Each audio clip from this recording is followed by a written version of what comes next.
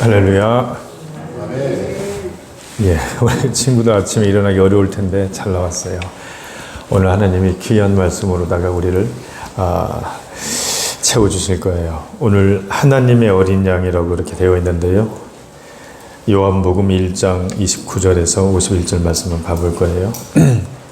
어제 했던 말씀 기억나시죠? 어제는 예수님이 태초에 하나님과 함께 계셨다. 말씀으로 오셨다. 그분이 빛이시다.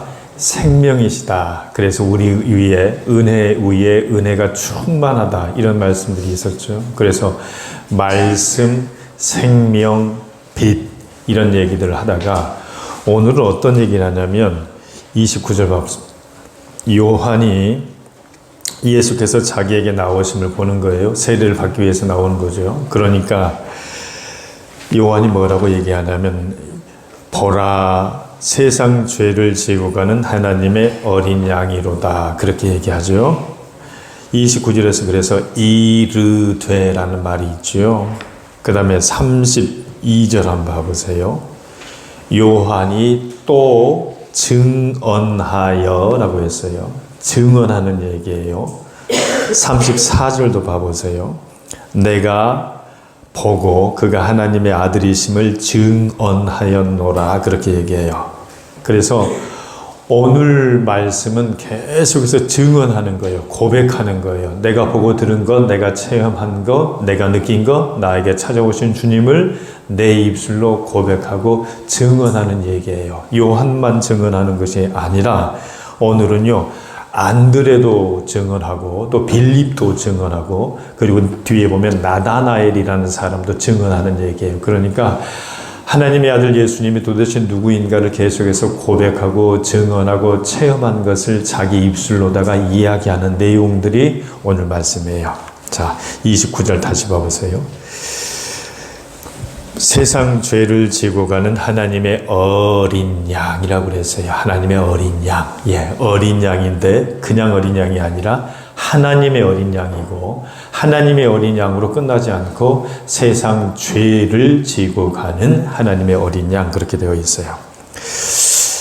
예수님이 이제 목자가 아니라 어린 양으로 이렇게 나온단 말이에요. 그 어린 양이 도대체 뭐냐 이것이죠. 어린 양은 제사 지낼 때 양을 잡잖아요. 그 어린 양 이야기는 그러니까 성경에 엄청나게 많이 나오죠. 여러분이 잘 아는 것처럼 창세기 22장 아브라함이 모리아 산으로 아들 이삭을 데려가지 않습니까? 그리고 이삭을 잡으려고 할 때 하나님이 잠깐만 멈춰라 이렇게 얘기하시면서 숲을 가지에 지금 그 뿔이 걸려있는 순양이 나타나지 않습니까? 그래서 그때부터 어린 양의 전통은 나오기 시작하죠.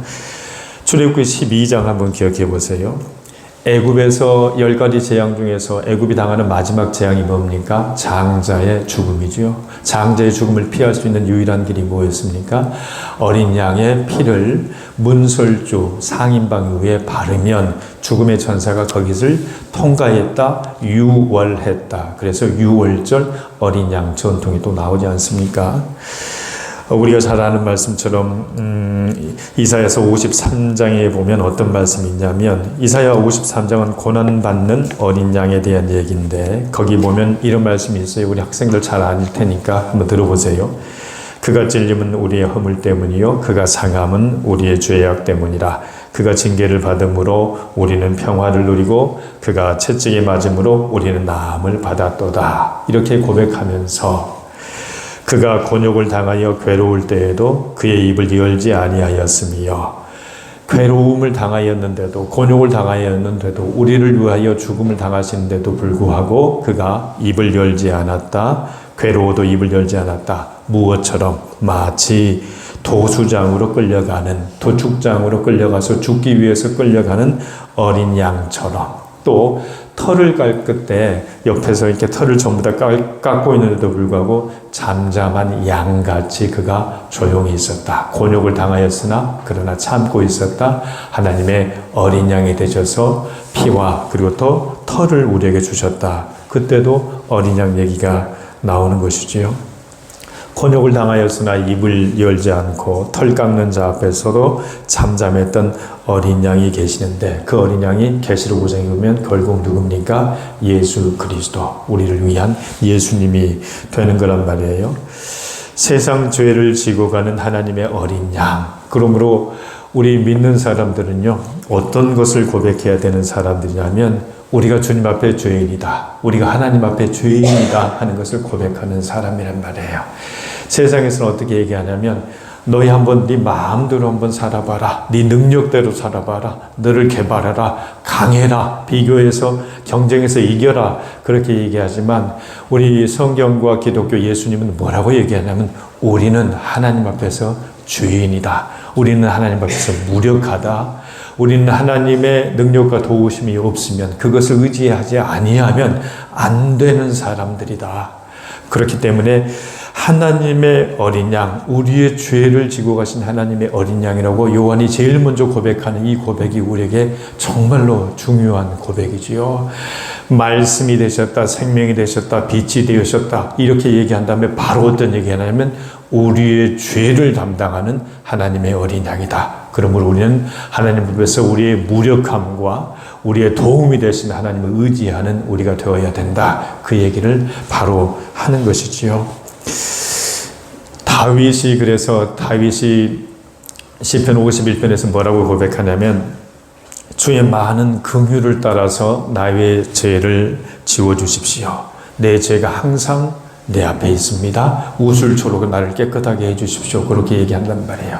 내가 주님 앞에서 무력하고 하나님의 도우심이 없으면 안 되는 존재다. 이것을 고백하는 것, 그것이 바로 세상 죄를 지고 가는 하나님의 어린 양, 그 말씀 속에 포함이 되어 있는 것이죠.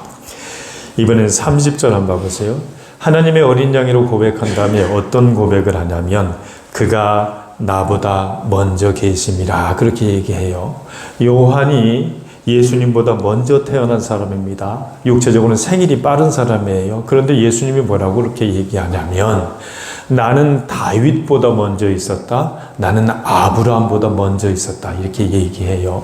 요한도 똑같이 뭐라고 하냐면, 그가 나보다 먼저 계십니다, 그렇게 얘기해요. 틀림없는 사실입니다. 예수님이 나보다 먼저 있는 거예요. 예수님이 나의 힘보다, 나의 능력보다 먼저 되시고, 예수님의 말씀이 내 기대와 내 기도보다 먼저 계시고, 예수님이 나보다 먼저 계시다고 고백하는 사람들, 그 사람들이 오늘 예수를 따르는 사람들이지요. 이번엔 32절 한번 봐보세요. 요한이 또 증언해서 뭐라고 얘기하냐면, 성령이 비둘기같이 하늘로부터 내려와서 그의 위에 머물더라, 그렇게 얘기했습니다. 성령을 받았어요. 성령은 그러니까 성령은 눈에 보이는 현상으로 나타난다는 얘기예요. 오늘 말씀에 의하면 성령은 느낌상의 문제가 아니에요. 내가 성령을 받은 것 같아, 내 기분이 좋아, 뭔가 좀 이상해, 이러한 느낌상의 문제가 아니라, 성령은 비둘기처럼 그 위에 머물러서 우리의 인격을 변화시키고, 우리의 표정을 변화시키고, 우리의 행동을 변화시키고, 어제의 나를 변화시켜서 오늘 하루하루 변화시켜가는, 눈에 보일 정도로다가 성령이 나타나시더라, 그렇게 얘기하는 거예요. 33절 봐보세요. 이번엔 뭐라고 그랬냐면, 성령으로 세례를 베푸시는 이라고 얘기해요. 예수님을 고백하면서 뭐라고 얘기하냐면, 이번에는 성령으로 세례를 베푼다. 요한은 물로 세례를 베풀지만 예수님은 성령으로 세례를 베푸셔서 우리의 약함을 도우시고, 우리의 인격을 변화시키고, 우리의 기도와 우리의 모든 것을 주님께서 바꾸어 주시는 분이시다. 성화시키는 분이시다. 그런 얘기예요. 34절 말씀 봐보세요. 34절에서 뭐라고 얘기합니까? 하나님의 아들이시다, 이렇게 얘기해요. 요한복음 전체를 보면 예수님이 하나님과 동일하다, 나와 아버지는 같다, 나를 보내신 이를 보는 것이 곧 하나님을 보는 것이다, 나를 보는 것이 하나님을 곧 보는 것이다 라고 얘기하면서 하나님과 자신이 동일하고 자신이야말로 하나님의 아들이라는 것을 계속해서 증언하고 있어요. 그래서 하나님의 아들이라고 얘기하죠. 자, 이번에는 37절 한번 봐보세요. 뭐라고 그랬냐면, 두 제자가 그의 말을 들었다고 얘기했습니다. 여기서 두 제자는 요한의 제자예요. 예수님의 제자가 아닙니다. 요한의 두 제자 중에 누가 있냐면 38 9절 한번 봐보세요. 39절에서 뭐라고 했냐면 이제는 그 요한의 두 제자가 예수를 따르도록 그렇게 됩니다. 그렇게 해서 그 제자들이 와서 랍비여 어디 계시오니까 그렇게 물어보죠. 랍비여, 랍비라는 뜻은 선생님입니다. 그러니까 요한의 두 제자는 예수님한테 와서 랍비라고 그렇게 불러요. 선생님 이렇게 부르고 어디 계십니까? 이 얘기 아주 중요한 질문입니다. 어디 계십니까? 이 얘기는 뭐냐면 어디에 거하십니까? 내가 선생님이 있는 그곳에 가서 배우고 선생님의 삶의 모습을 그대로 따른 다음에 내가 제자가 되겠습니다. 당신의 인격을 보겠습니다. 당신의 모든 것을 보겠습니다. 이런 얘기란 말이에요. 이때 예수님이 뭐라고 얘기하냐면 이르시되 와서 보라 그렇게 얘기합니다. 와서 보라. 오라는 얘기는 뭐냐면 나를 믿으라 이런 얘기예요. 나를 믿으라. 그리고 본다란 얘기는요, 와서 보기 때문에 직접 체험한다는 얘기죠. 예수님께서 늘 우리에게 얘기해요. 예수를 믿고 진정으로 예수님께 나오기만 하면 예수님을 체험할 수 있다. 와서 보라. 그렇게 얘기를 합니다. 이때 요한의 말을 듣고 있던 사람이 누구였냐면 안드레라는 사람이었는데 안드레가 41절 말씀 봐보세요. 이제 중요한 말씀이 나오는데 41절에서 안드레는 요한의 제자였다가 나중에 예수님의 제자가 되는 사람인데요. 그가 자기의 형제 시몬을 찾아가서 말합니다. 찾아가서 말한다. 이게 중요해요. 찾아 말한다. 요한의 말을 듣고 안드레가 우리가 메시아를 만났다 이렇게 얘기한단 말이야. 내가 메시아를 만났다. 내가 그리스도를 만났다. 내가 우리에게 기름을 부어주시고 우리를 해방시켜주시고 우리를 죄에서 자유케 하실 진정한 메시아를 만났다. 그렇게 얘기하는데 그렇게 얘기하는데 찾아가서 얘기하는 거예요. 내가 만난 예수님, 내가 예배하면서 느꼈던 감동, 내 기도를 들어주신 하나님, 내가 주님 앞에서 얼마나 무력한지를 고백했더니 주님께서 도와주시고 나로 하여금 큰 기쁨을 주신 분이 바로 우리 하나님이시더라 라고 얘기하는데 그것을 찾아가서 말하는 것. 그러니까 여기에서 보면 예수님의 제자들이 얼마나 전도를 열심히 했는지 알 수가 있는 것이죠. 찾아 말하되 라고 되어 있어요. 전도했다는 얘기입니다. 이렇게 예수님의 제자였던 안드레는 메시아라고 이렇게 고백을 하지 않습니까? 이번에는 43절 한번 봐보세요.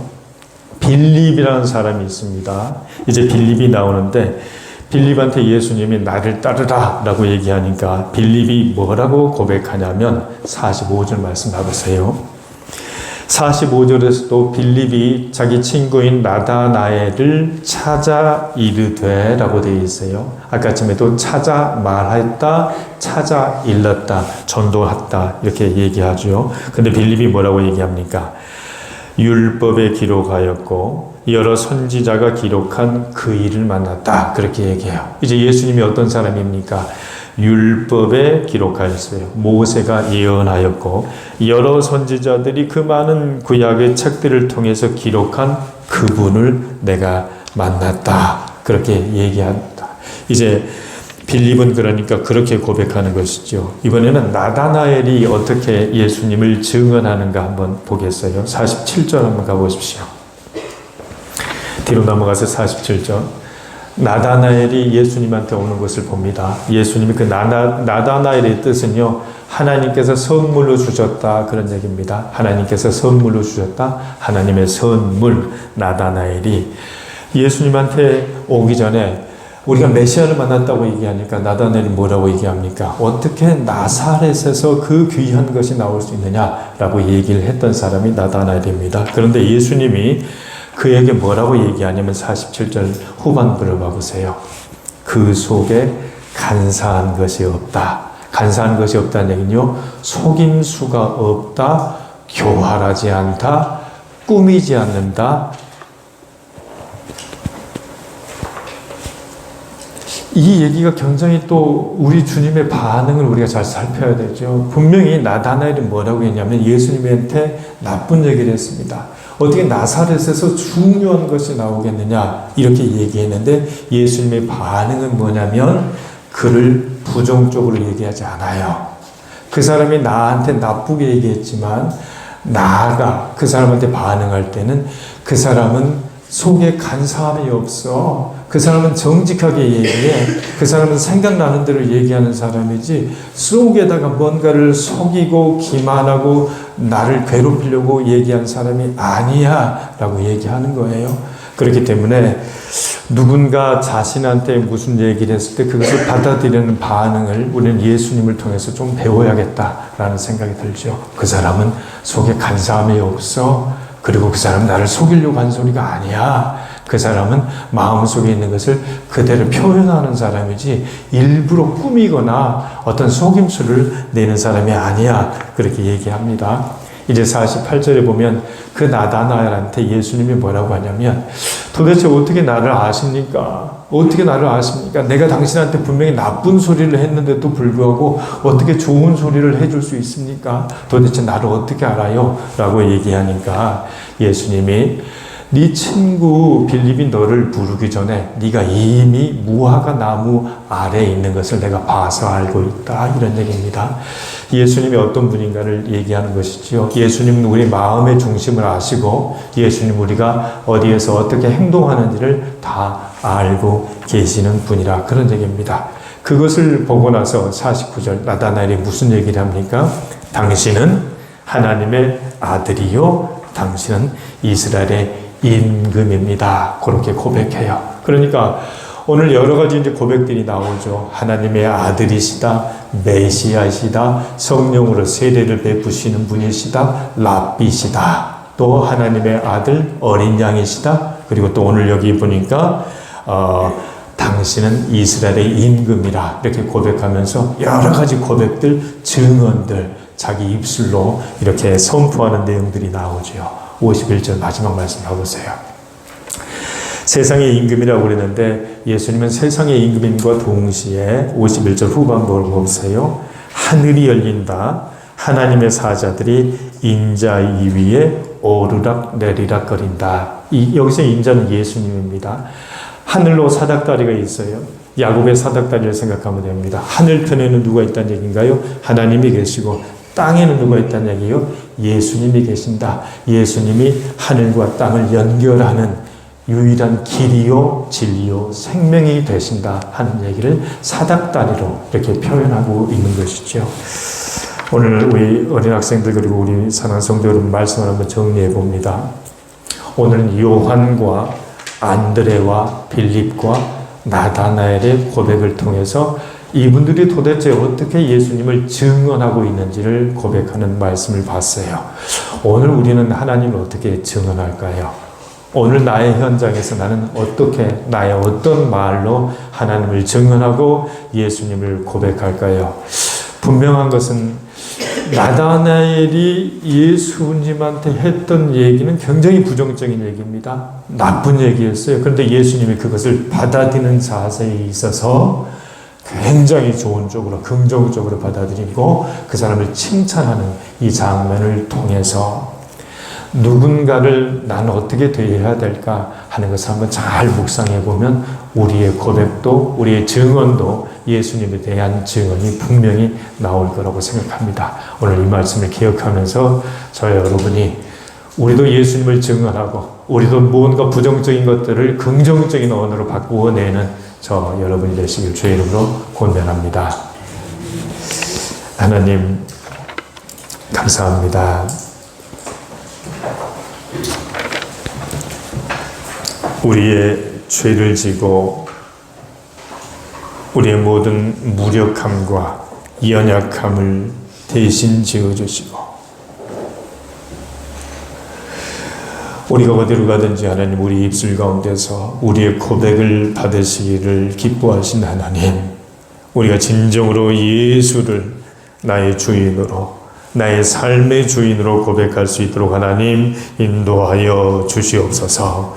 하나님 오늘도 성령으로 하나님이여 세례를 베풀어 주시옵시고 오늘도 하나님의 나의 옛 모습이 변하여 새로운 모습으로 바뀔 수 있도록 하나님 은혜를 허락하여 주옵시고 하나님 우리의 힘으로는 부족하오니 성령을 비둘기처럼 내려주셔서 우리 머리 위에 임하게 도와주시옵시고 그 성령으로 인하여 오늘 하루 우리가 하나님이여 예수와 더불어 승리하고 전진할 수 있도록 하나님 인도하여 주시옵소서. 하나님 오늘 우리가 메시아를 만날 수 있도록 도와주세요.